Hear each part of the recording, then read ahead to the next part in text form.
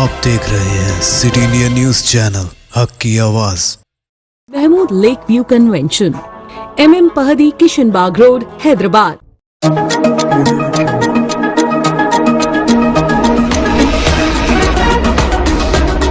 अस्सलामुअलैकुम, मैं हूं शेख उमर। आइए डालते हैं नजर गुज़िश्ता हफ्ते की खास खबरों पर।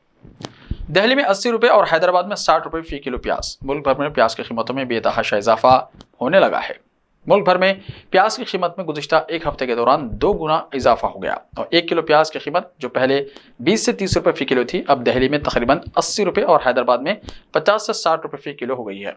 दिल्ली के गाजीपुर सब्जी मंडी में प्याज के एक ताजिर ने बताया कि आज ये 350 रुपये फी 5 किलो तक पहुंच गई है। एक और ताजिर ने कहा कि आने वाले दिनों में प्याज की कीमतों में मजीद इजाफा होने का इम्कान है। उन्होंने कहा कि नवरात्रि से पहले 1 किलो प्याज की कीमत 50 रुपये थी, अब 70 रुपये तक पहुंच गई है। इनका कहना था कि वो इसे 80 रुपये में सारिफिन को फरोख्त कर रहे हैं क्योंकि इसकी कीमत 70 रुपये है।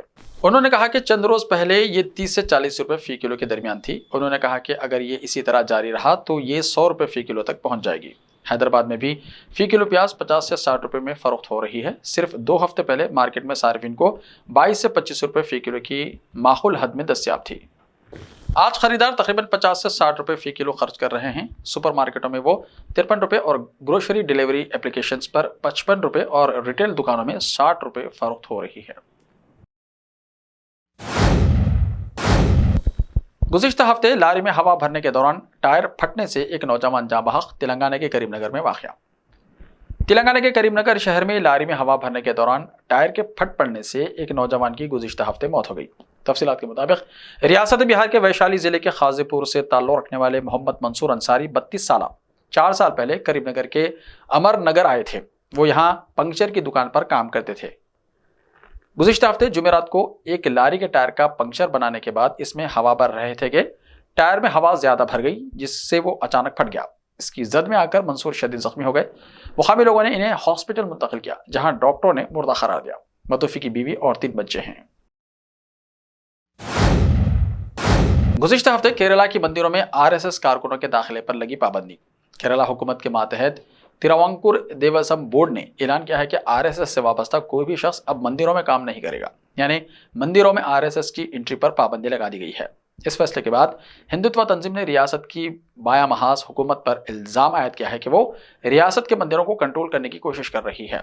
दरअसल हाल ही में केरला हाई कोर्ट की तरफ से श्री सरकार देवी मंदिर को लेकर एक हुक्म जारी किया गया था, जिसमें कहा गया था कि मंदिर इहाते में असलाह की इजाज़त नहीं होगी, क्योंकि RSS की शाखा मंदिरों में लगती थी और RSS कारकुनान असलाह के साथ प्रोग्राम मुनक्किद करते थे। इसलिए अदालत ने इन्हें मंदिर से दूर रहने का हुक्म दिया था। अब तिरुवांकुर देवसम बोर्ड ने अपने मातहत आने वाले सभी 1200 मंदिरों में RSS की एंट्री पर पाबंदी लगा दी है।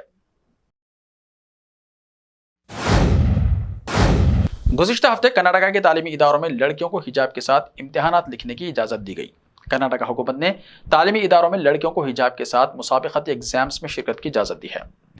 हिंदू तंजीमों ने कर्नाटका के वज़ीर तालीम MC सुधाकर के हुक्म के खिलाफ एहतजाज की धमकी दी है, जिस पर वज़ीर तालीम सुधाकर ने तालिबात को हिजाब पहनने की इजाज़त के फैसले की तायद की और कहा कि लोग इस फैसले में आज़ाद हैं कि वो क्या पहनना चाहते हैं। उन्होंने कहा कि ये एक सेकुलर मुल्क है, लोग अपने लिबास का फैसला कर सकते हैं। सुधाकर ने कहा कि बाज़ लोग इस मामले में गैर ज़रूरी तनाज़ा पैदा करने की कोशिश कर रहे हैं और उलझन पैदा करना चाहते हैं। मैंने हर एक की आज़ादी के हक़ में फ़ैसला दिया है।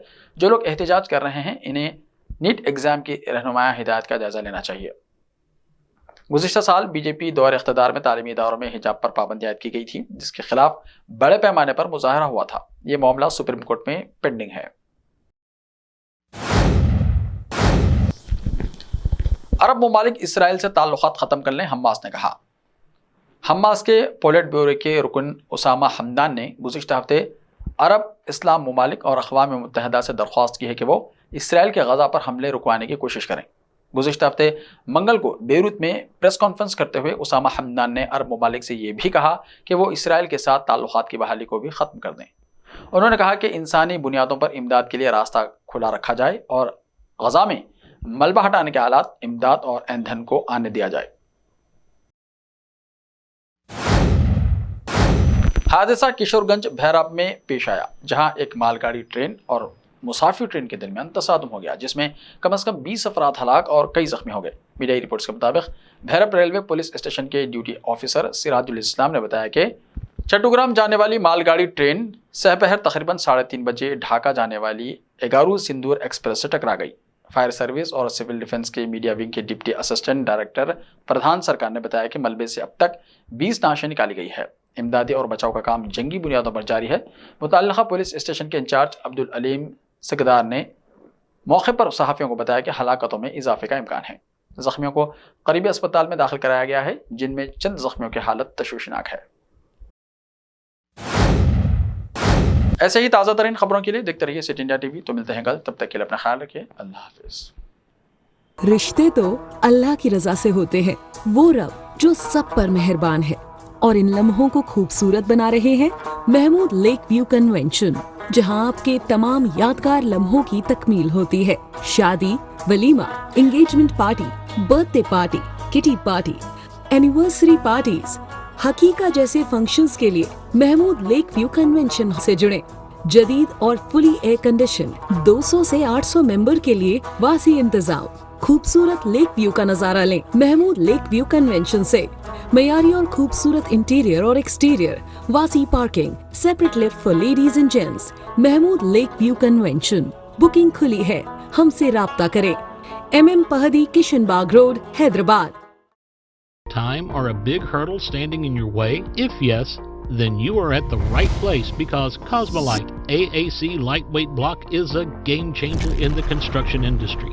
Our innovative technologies and highly experienced team can help your dreams come true. With our proven strategies, Cosmolite AAC block cuts down the requirements of steel and cement by 20%, saving 30% on construction costs and reducing construction time by 25%. Major builders and contractors have already switched over to Cosmolite AAC blocks because of the structure saving, acoustic insulation, faster construction, lightweight, waterproof workability and flexibility, earthquake resistance, and pest resistance. Cosmolite is all set to emerge as South India's most preferred brand in AAC lightweight block. So, what are you waiting for? Let's build with Cosmolite and stay happy, because we don't only build structures, we build happiness. Cosmolite, light up your life.